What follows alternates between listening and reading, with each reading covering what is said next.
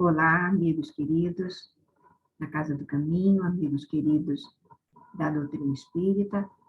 Estamos aqui mais uma vez para dar continuidade ao estudo do Evangelho segundo o Espiritismo.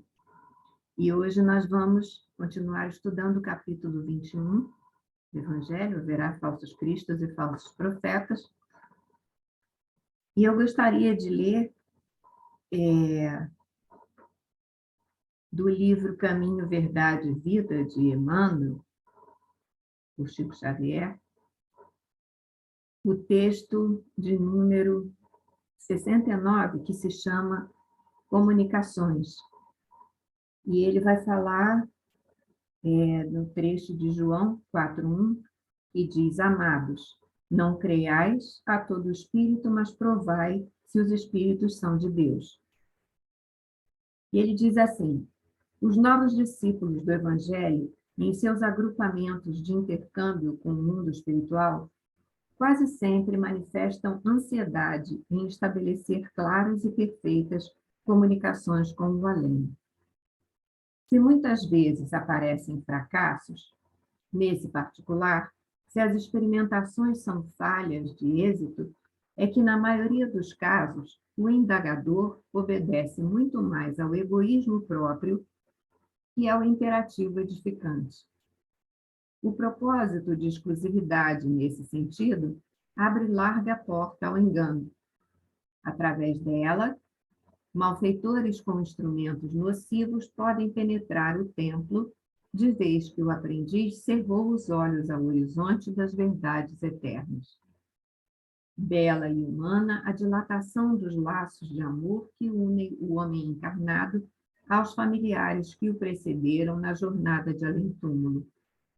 Mas é inaceitável que estudante obrigue quem lhe serviu de pai ou de irmão a interferir nas situações particulares que lhe dizem respeito. Haverá sempre quem dispense luz nas assembleias de homens sinceros. O programa de semelhante assistência, contudo, não pode ser substancialmente organizado pelas criaturas, muitas vezes inscientes das necessidades próprias. Em virtude disso, recomendou o apóstolo que o discípulo atente não para quem fale, mas para a essência das palavras, a fim de certificar-se se o visitante vem de Deus. Graças a Deus. Graças a Ti, amado Mestre Jesus, estamos aqui mais uma vez, Senhor, reunidos em Teu nome, nesse espaço que é Teu, nesse espaço de estudo e de reflexão que o Senhor nos possibilita. Ser conosco, Senhor, que nós possamos abrir nossos corações e nossas mentes para continuar na tentativa de aprender com essa luz divina que é o Teu Evangelho. Que seja em Teu nome, em nome da direção espiritual da Casa do Caminho, em nome do Dr. Herman, de todos os espíritos bondosos que nos assistem, e, acima de tudo e sempre, em nome de Deus, nosso Pai, nós pedimos a permissão para encerrada essa pequena prece, darmos, então, início propriamente ao estudo dessa tarde. Graças a Deus. Então, no último estudo, com a nossa irmã Fátima, nós chegamos às instruções dos espíritos, né? Esse item 8, aqui desse capítulo 21, haverá falsos cristos e falsos profetas. Então, foi quando Luís trouxe essa passagem do início das instruções dos espíritos, né, que começa: se alguém vos disser o Cristo está ali, não o procureis. Então, advertindo para que nós vejamos os frutos, nós vejamos a obra. Né? Se aqueles que se dizem revestidos de poder divino são possuidores de todos os sinais de semelhante missão, se possui no mais alto grau as virtudes cristãs e eternas, a caridade, o amor, a indulgência, a bondade que concilia todos os corações, esses são realmente os enviados de Deus, quer dizer, é o que somos, o que vamos aprendendo a ser, e é aquele que apresenta no mais, nos mais altos graus toda essa em plenitude, todas as virtudes que nós procuramos desenvolver, que sim, serão dignos da nossa confiança. Então, hoje, nós vamos passar, depois de Luís nos incentivar, dizer continuar, pois avançar sem cessar, nos dar toda essa força, todo esse incentivo, o item 9, que é realmente o nosso propósito de hoje, né? Dos itens 9 a 11, que são o que nós vamos estudar, são os caracteres do verdadeiro profeta. E então ele vem logo alertando: desconfiai dos falsos profetas. Essa recomendação é útil em todos os tempos, mas principalmente nos momentos de transição que nós sabemos que estamos passando, né? Que elabora uma transformação da humanidade. E é exatamente essa transição planetária que nós estamos vivendo, buscando que o nosso planeta se eleve de condição. Porque, então, uma multidão de ambiciosos e de intrigantes se intitulam reformadores e messias. Aparecem muitos messias, muitos resolvedores, se é que existe essa palavra, e justamente a nossa ansiedade, que, aliás, é um sentimento que anda agraçando aí por nós, a nossa ansiedade em resolver tudo rápido. Nós estamos numa era em que tudo é muito rápido. As coisas, a tecnologia desenvolveu-se de uma forma que tudo é imediato, tudo é para agora. Se a gente procura uma coisa, vamos procurar em livro, a gente não procura mais. Se a gente procura na internet, tem que ser logo a primeira coisa que aparece no Google e aquilo tem que satisfazer a gente. Então, a gente anda numa ansiedade por respostas. A gente quer respostas, a gente está procurando, mas a gente quer agora, já. Então, o que acontece? Essa disposição vai bem ao encontro desses ditos falsos profetas, desses que se dizem os que resolvem, os que têm a solução fácil. É com a gente mesmo, solução fácil, rápida, é com a gente mesmo. Então, daí a gente acaba se perdendo e, como se diz, botando os pés pelas mãos, né? A gente acaba se perdendo nesse caminho aí de pressa. Então, é contra esses impostores que é preciso estar prevenido.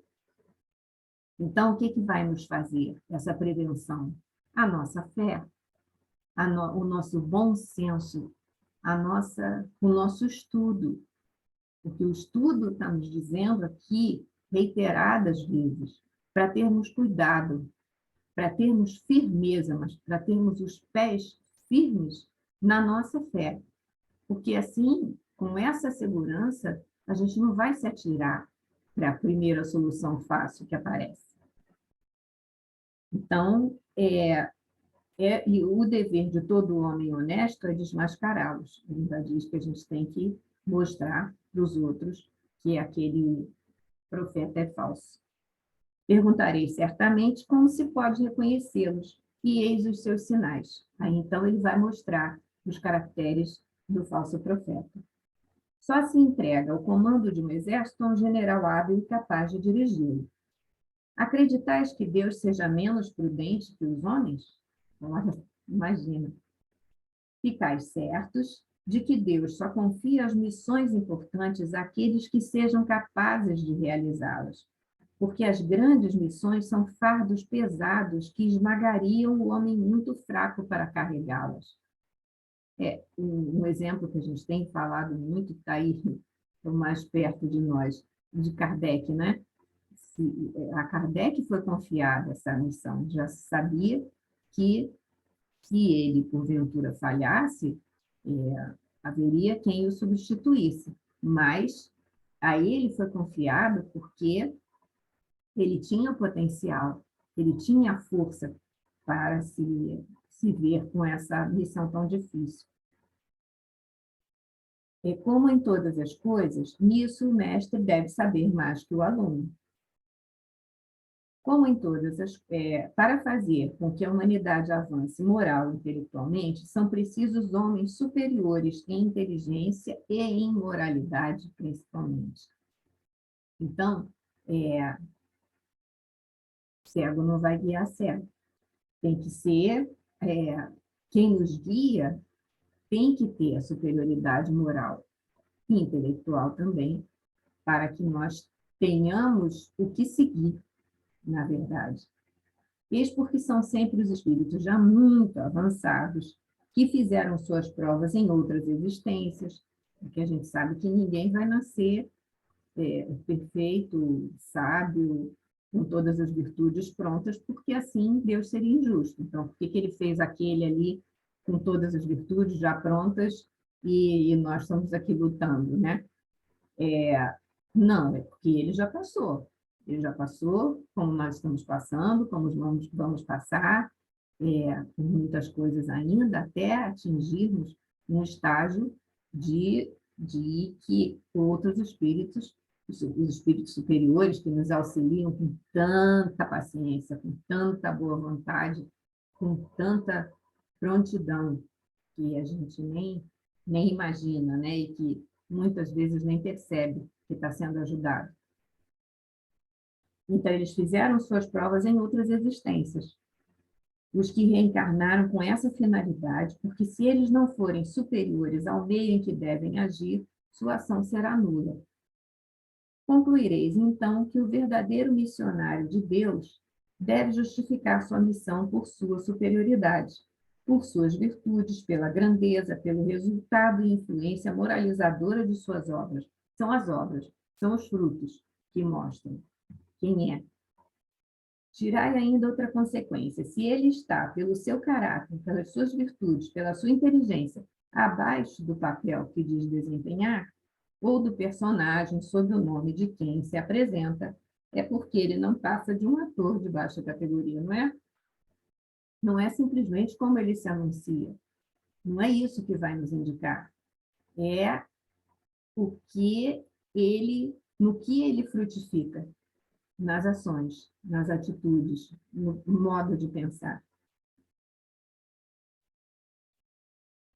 Uma outra consideração é que a maior parte dos verdadeiros missionários de Deus ignoram a si mesmos, realizam aquilo para que foram chamados pela força do seu próprio gênio, secundado pelo poder oculto que os inspíritos dirigem, sem que o percebam e sem que o tenham premeditado. Em uma palavra, os verdadeiros profetas se revelam pelos seus atos, que nós acabamos de falar, enquanto que os falsos profetas se apresentam como enviados de Deus, eles se anunciam, aquela propaganda enganosa, eles se anunciam. Os primeiros são humildes e modestos, né? Ninguém que é sábio vai estar se anunciando como sábio. Justamente ele é sábio por isso, ele é superior por isso. Ele não precisa anunciar. A sua presença, as suas atitudes já falam por si. E os falsos vão falar com altivez e sempre parecem temer. Eles justamente, como eles sabem que eles têm consciência, eles não podem se enganar a si mesmos. Eles sabem que não são nada daquilo que eles estão anunciando. Então, a melhor defesa é o ataque. Eles já se colocam numa postura altiva, que não deixe que nenhuma fragilidade apareça, que é para não ser descoberto. Então, aquela aparência vai impressionar a muitos. E eles mantêm essa distância e essa aparência para não quebrar, né, aquele encanto que eles acham que tem. Tem-se visto alguns desses impostores se titularem apóstolos do Cristo ou até o próprio Cristo. Então, esses que se apresentam como Cristo, por exemplo, têm todas as suas virtudes? Essa é a questão. Observai, investigai seus pensamentos, seus atos, porque por mais que tente manter a aparência, uma hora vai escorregar. Então, Erasto nos adverte: desconfiai, portanto, dos falsos profetas, principalmente em épocas de renovação, porque essa coisa de turbilhão que acaba confundindo e nos deixando fragilizados nessa confusão. Porque muitos se intitularão os enviados de Deus. Eles só querem vaidosa satisfação, como diz aqui. E na erraticidade, que é o próximo item, né? O item 10. Os falsos profetas não são somente encarnados, eles também estão entre os espíritos orgulhosos que, sob falsas aparências de amor e caridade, semeiam a desunião. Não é quanto isso acontece, e quanto as pessoas que trabalham em mesas mediúnicas têm notícias e lidam com essas situações, né? Com essa fascinação que esses espíritos exercem sobre os encarnados e sobre os desencarnados também. Então, eles, para dar mais poder às suas teorias, eles se utilizam dos nomes que os homens só pronunciam com respeito. Eles falseiam as próprias identidades. Eles semeiam os antagonismos entre os grupos, porque aí fragiliza mais, né? E aí eles podem atuar com mais segurança. Então, ele diz que ainda há outros meios de reconhecê-los. Os espíritos da ordem a que eles dizem pertencer devem ser não só muito bons, como eminentemente racionais. Pois bem, submetei seus sistemas à análise da razão e do bom senso. É o que eu acabei de falar. Uma hora vai acontecer um deslize. Por mais sábio, sim, porque é sábio no sentido de esperto, né? Que possa ser, por mais aparência que consiga segurar um dito falso profeta, em algum momento, se nós observarmos com cuidado, vai haver um deslize qualquer.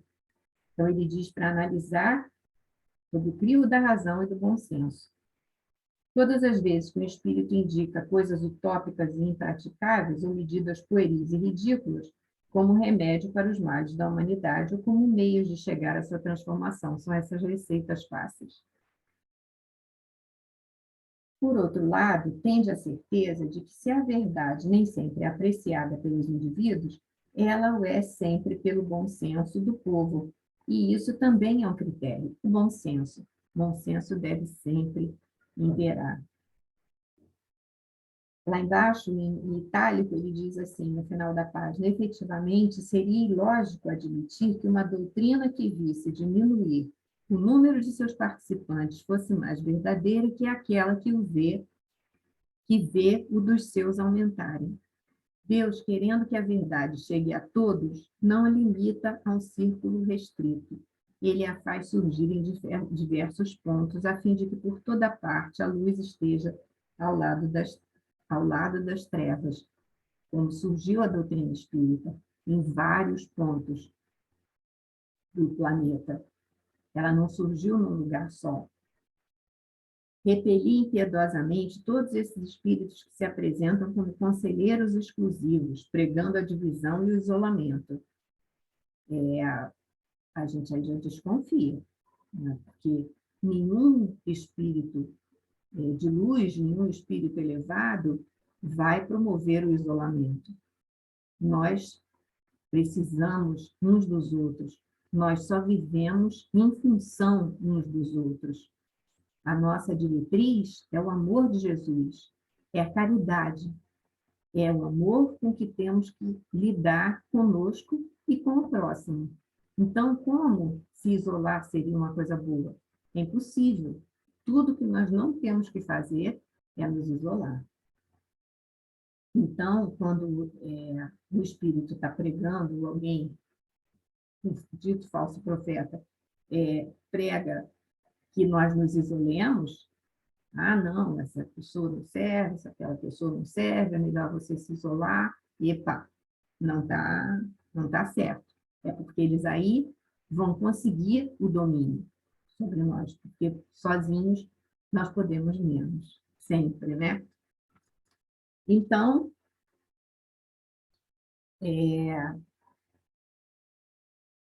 que aqui isso é o fundamental,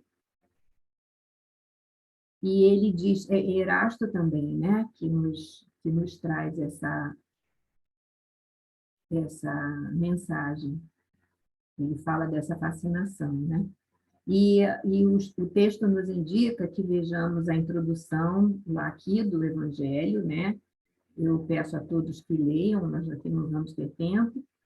O item 2 da introdução, que diz controle universal do ensino dos espíritos. É muito importante que leiamos isso. E também, no Livro dos Médiuns, o capítulo 23, da obsessão. Importantíssimo que nós leiamos. E o item 11, que fala de Jeremias e os falsos profetas. Então, que diz, eis as palavras de Jeremias, no capítulo 23, 16 a 18, 21, 25, 26 e 33. Eis o que diz o Senhor dos Exércitos. Não escuteis as palavras dos profetas que vos profetizam e que vos enganam. As revelações que eles anunciam saem dos seus próprios corações, e não do que aprenderam da boca do Senhor. Dizem aqueles que blasfemam contra mim, o Senhor o disse, vós tereis a paz. E a todos aqueles que andam na corrupção do seu coração disseram, não virá sobre vós mal algum. Mas quem dentre eles assistiu ao conselho do Senhor, viu e ouviu a sua palavra? Quem considerou a sua palavra e a ouviu?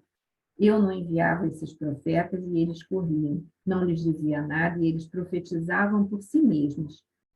Eu ouvi o que disseram os profetas que em meu nome profetizam a mentira e dizem, tive um sonho, tive um sonho. Até quando essa imaginação estará no coração dos profetas que profetizam a mentira e cujas profecias são apenas seduções do seu coração? Portanto, se esse povo, ou um profeta, ou um sacerdote vos perguntar dizendo qual é o fardo do Senhor, vós lhe direis, vós mesmos sois esse fardo, e eu vos lançarei bem longe de mim, diz o Senhor. Então, aí Luiz vem conversar conosco sobre essa passagem. Então, Deus falando pela boca do profeta Jeremias, diz, é a visão do seu coração que os faz falar. Essas palavras indicam claramente que já naquela época os charlatães, claro, que sempre os houve, e os que gostam de se glorificar abusavam do dom da profecia e exploravam os irmãos, exploravam o dom da profecia. Abusavam, consequentemente, da fé simples e quase cega do povo. Nós éramos muito fáceis de ser levados, de ser enganados, predizendo coisas boas e agradáveis por dinheiro, em troca de pagamento. Essa espécie de fraude ela é bem generalizada na ação judia, e é fácil de compreender que o pobre povo, na sua ignorância, nós, né, estavam na impossibilidade de distinguir os bons dos maus, e era quase sempre vítima daqueles que se diziam profetas. Então, não é só agora, né? Desde lá já havia, mas que na realidade não passavam de impostores ou de fanáticos. Não há nada mais significativo do que essas palavras. Eu não enviava esses profetas, e eles corriam, não lhes falava nada, e eles profetizavam. Mais adiante ele disse, tenho ouvido esses profetas que profetizavam a mentira em meu nome. Então ele indicava, assim, né, o Jeremias, um dos meios empregados para explorar a confiança que se tinha deles. Porque é natural isso. Nós somos cercados por uma sedução e dali, é como se ficássemos assim, inteiramente dispostos àquilo que está sendo dito. Aquilo que está sendo dito passa a ser a verdade absoluta para a gente. E a gente é conduzido. A gente vai sem, é como se os nossos pés se despregassem do chão e nós fôssemos seguindo sem mais ter condição de ter o bom senso, de parar e dizer, epa, peraí. Porque essa espécie de magnetismo, de encantamento, acaba nos roubando essa condição de bom senso, de discernimento. Então, ele indicava um dos meios, na hora que ele diz que tive um sonho, um dos meios empregados para explorar a confiança. Explorar a confiança, esse é o termo. O povo sempre crédulo não pensava em contestar a veracidade dos seus sonhos, nem pensava.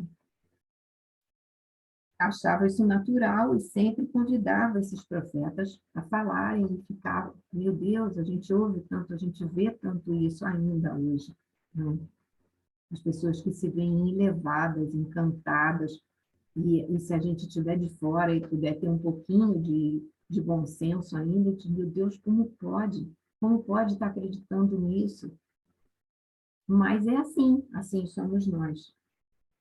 Após as palavras do profeta, ouvi os sábios conselhos do apóstolo João, quando diz: não acrediteis em todos os espíritos, verificai se os espíritos são de Deus, que é essa passagem que Emmanuel explorou nesse texto que nós lemos aqui na abertura, né? Porque entre os invisíveis também existem os que se satisfazem em fazer vítimas. Também não são só os encarnados, claro que não. Quando encontram oportunidade. E quem dá oportunidade? Nós. É a sintonia. Somos nós que oportunizamos isso. Essas vítimas são, bem entendidos, médiuns que não tomam precauções, que não estão sob uma casa séria, que não estudam, que não procuram o aconselhamento de seus mentores. Então, acontece que são as ditas vítimas, né? Bem entendido os médiuns que não tomam precauções. Temos aí, sem dúvida alguma, um dos maiores obstáculos contra o qual muitos se chocam, notadamente quando são principiantes no espiritismo. Ainda alguns de nós que ainda se encantam com,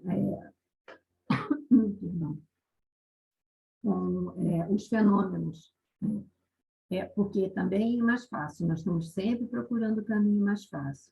À medida que nós vamos nos desenvolvendo, à medida que nós vamos estudando, nós vamos tendo consciência de uma verdade pura, cristalina, como água pura. Nós temos ajuda indefinidamente, os espíritos nos ajudam incansavelmente, os bons espíritos estão sempre ao nosso lado, eles nos cercam, basta que nós estejamos disponíveis. E isso é conosco. Então, nós nunca estamos sós, mas a responsabilidade é nossa. E à medida que nós mais estudamos, por isso muita gente foge, nós temos mais consciência plena de que a responsabilidade aumenta e que a responsabilidade é nossa. Nós temos ajuda, sim, mas temos livre-arbítrio. A nossa responsabilidade é pessoal e intransferível.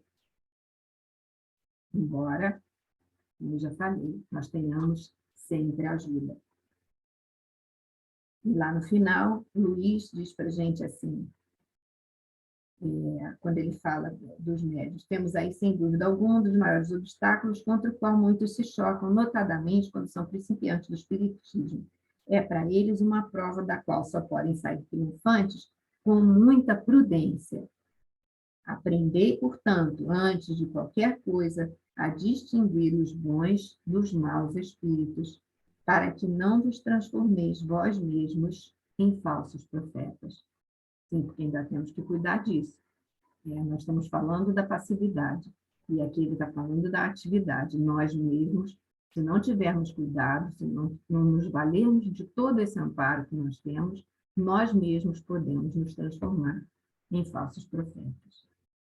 Então, meus amigos, que nós tenhamos muito cuidado, que nós nunca deixemos do empenho de estudar, de procurar nos esclarecer, de procurar ouvir palestras, tantos irmãos bem recomendados, de casas sérias, palestrantes sérios, que nos trazem sempre tantas boas reflexões, tanta coisa importante, tantos livros que vão saindo, que vão acontecendo, tantos textos, a internet. Então, que nós procuramos abraçar tudo isso que nós temos à mão e abraçar a nossa casa e abraçarmos os nossos irmãos em doutrina. Então, um grande abraço a todos, com muito amor, com muito carinho e com muita gratidão. Pedimos, então, que Jesus nos acompanhe, nos abençoe e nos traga muita paz a todos os corações. Graças a Deus.